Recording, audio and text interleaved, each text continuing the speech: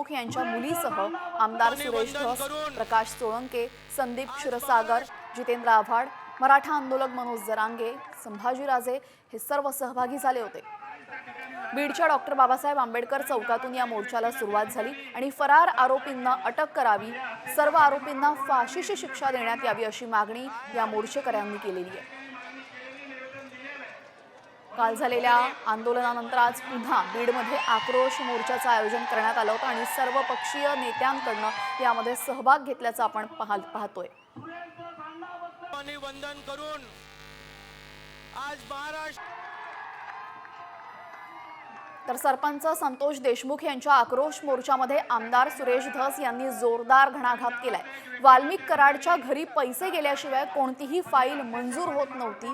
ही करुण कहाणी आमच्या बीड जिल्ह्याची आहे, तर करुण कहाणी वेगळीच असल्याचं म्हणत सुरेश धस यांनी धनंजय मुंडेंवर थेट टीका केली आहे।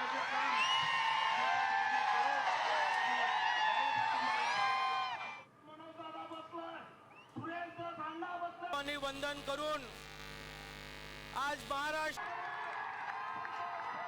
सुरेश धस यांनी पुन्हा एकदा धनंजय मुंडे यांच्यावर थेट टीकास्त्र डागलेलं आहे। आमदार सुरेश धस यांनी धनंजय मुंडे यांच्यावर टीका केली असून कराडच्या घरी पैसे पोहोचल्याशिवाय कोणत्याही फाईलला मंजुरी मिळत नव्हती असं त्यांनी म्हटलेलं आहे।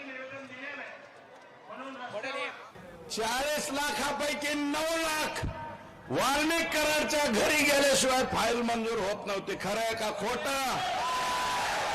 काहीतरी ऊस तोडे हात असतील, वर हात करू नाही, दाखवा ना। ही करुण कहाणी आमच्या बीड जिल्ह्याची करुणा कहाणी नाही म्हणत, करुणा कहाणी तर वेगळीच आहे। मी फक्त करुण कहाणी म्हणतोय।